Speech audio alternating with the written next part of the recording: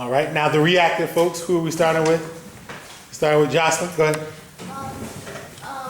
I thought it was controversial because I believe it was both proactive and reactive, but mainly I thought it was reactive because in one of the bullets it stated, if a free man has broken the limb of a free man, his limb shall be broken, which means that you will face a consequence after you do the incident because you'll get a punishment. But the Hammurabi's code doesn't have a code that prevents a wrongdoing to occur in the moment. Who's next, Tanasia? I disagree with Alexander and Jessica mainly because I think that the Hammurabi code is reactive and it's making it worse. I think it's making it worse because, like Jocelyn said, if you cut off another person's limb or knock out somebody else's eye, it's not really solving the problem because two wrongs don't make a right.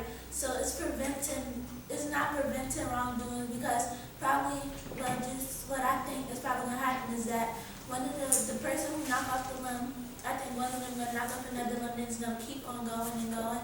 And so the problem will get worse and worse as it goes. Okay, so what evidence in the text are you using to support your position? What I'm using in the text is if a free man has broken a limb of a free man, his limb shall be broken. All right, and who is next? All right, Danelise. I agree with Tanasia, and I would like to add on that Hammurabi's code was reactive because Hammurabi's code was making the people react to problems when they occur instead of doing something to prevent them. According to Hammurabi's code, if a free man has knocked out the eye of a free man, his eye shall be knocked out.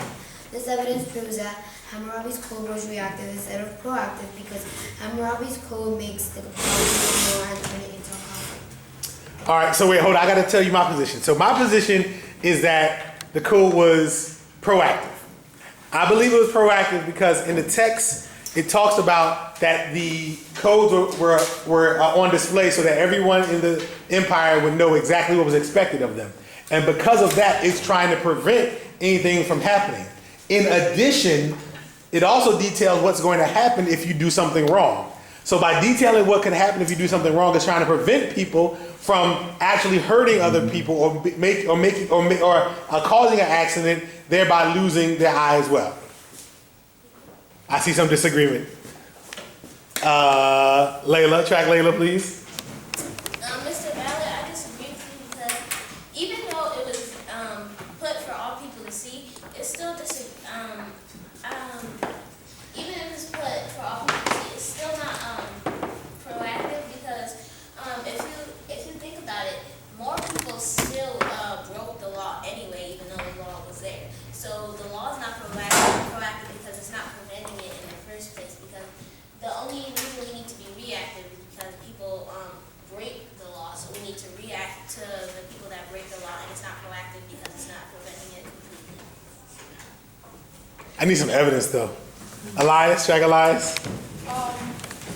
So first I just want to say, Mr. Bell, that you were kind of convincing me to go to proactive, but I'm still sticking with reactive.